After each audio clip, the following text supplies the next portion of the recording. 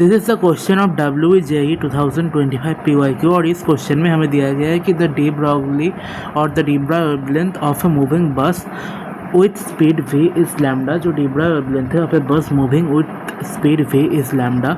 Some passengers left the bus at stoppage पे कुछ passengers उतर गए बस से।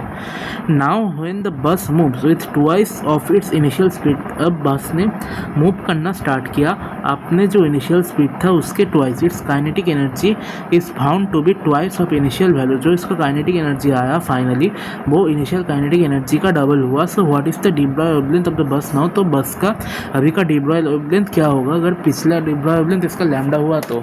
सो पहले हम इनिशियल स्टेट लिख लेंगे फिर हम फाइनल स्टेट लिख लेंगे।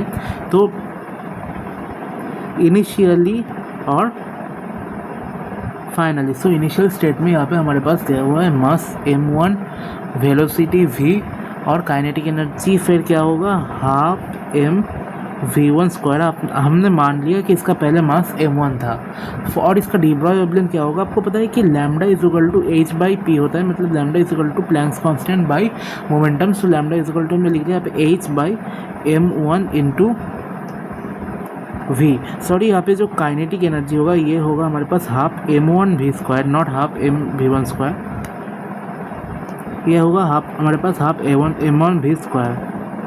सो ये होगा हमारे पास इनिशियल वैल्यूज़ और जो फाइनल वैल्यूज़ होगा हमारे पास वो आएगा वेलोसिटी होगा हमारे पास 2v, क्योंकि आप देखो कि now when the bus moves twice of its initial speed, so velocity हो जाएगा हमारे पास 2v और जो काइनेटिक एनर्जी हो जाएगा its kinetic energy is found to be twice of its initial value, मतलब काइनेटिक एनर्जी होगा वो होगा हमारे पास m1 v स्क्वायर। यह होगा हमारे पास काइनेटिक एनर्जी। तो हमें निकालना होगा कि जो नया मास होगा हमारे पास m2 वो क्या होगा। हमारे पहले हम निकाल लेंगे कि m2 जो नया मास आएगा हमारे पास वो क्या आएगा।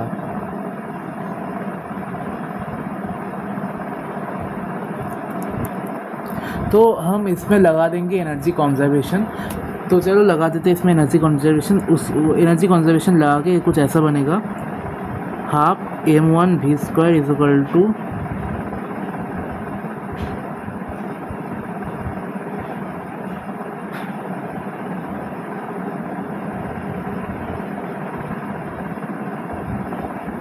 सॉरी इसमें एनर्जी कंजर्वेशन नहीं लगेगा, इसमें कुछ और लगेगा। जैसे यहाँ पे दिया हुआ है कि काइनेटिक एनर्जी है हमारे पास m1 v square kinetic energy दिया है और आपको पता है कि काइनेटिक एनर्जी का जो वैल्यू है हमारे पास वो होता है half m v square, half यहाँ पे m2 है और v मतलब v स्क्वायर अगर हम करेंगे तो ये बन जाएगा हमारे पास 4v स्क्वायर।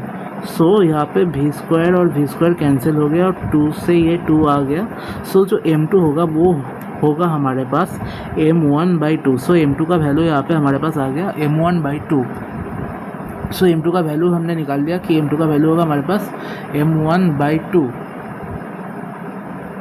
और सो लैम्डा का वैल्यू क्या होता है हमारे पास, आपने देखा कि लैम्डा होता है हमारे पास h/mv। Lambda is equal to h/m2v2।